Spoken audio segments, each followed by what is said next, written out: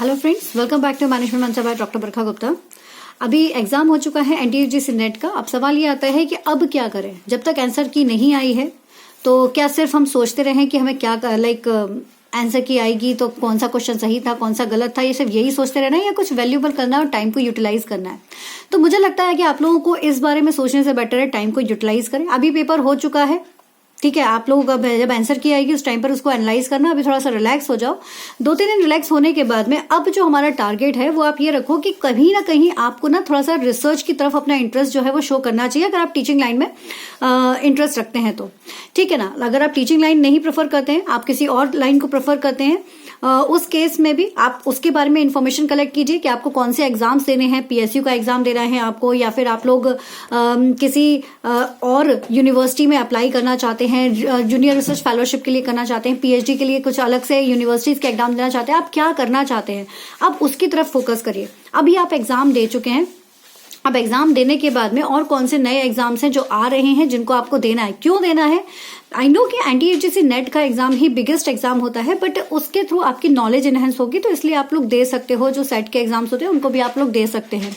इसके अलावा आप रिसर्च पेपर्स के लिए टॉपिक सिलेक्ट कर सकते हैं, रिसर्च पेपर्स पढ़ सकते हैं, जिससे आपको एक आइडिया लग जाएगा कि आखिर रिसर्च पेपर्स होते क्या है, रिसर्च होती क्या है और क्यों किया जाता है उनको, उसके पीछे का बेसिक रीजन क्या है। आप इसकी तरफ मूव ऑन कर सकते हैं। और इसका एक सबसे बड़ा बेनिफिट आपको ये मिलेगा कि आपकी जो है वो रिदम नहीं टूटेगी।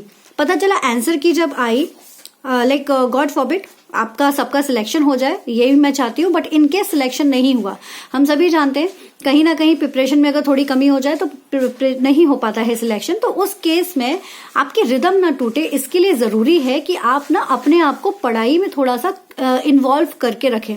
तो इसलिए रिसर्च पेपर्स को पढ़िए, रिसर्च पेपर से जुड़ी हुई इंफॉर्मेशंस कलेक्ट कीजिए, कौन सा इंटरेस्ट का आपका टॉपिक है उसके बारे में इंफॉर्मेशंस कलेक्ट कीजिए।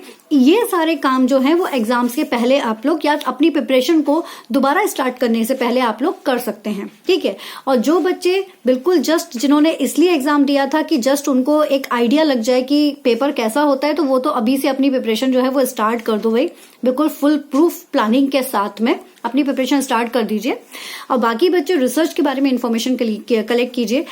एनटीयूजीसी नेट को क्लियर करने के बाद में आपके पास क्या क्या रास्ते खुल जाते हैं उनके बारे में रिसर्च कीजिए। ऑल्दो उसके ऊपर मैंने एक वीडियो ऑलरेडी बनाया, अभी और भी दोबारा बनाने वाली हूं कि क्या क्या नई अपॉर्चुनिटीज आपके सामने आ सकती हैं जब आप नेट को क्लियर कर लेते हो उसके बाद। तो इस तरफ अपने आप को डाइवर्ट करके अपनी इंफॉर्मेशन कलेक्ट करके अपना जो टाइम है वो स्पेंड कीजिए।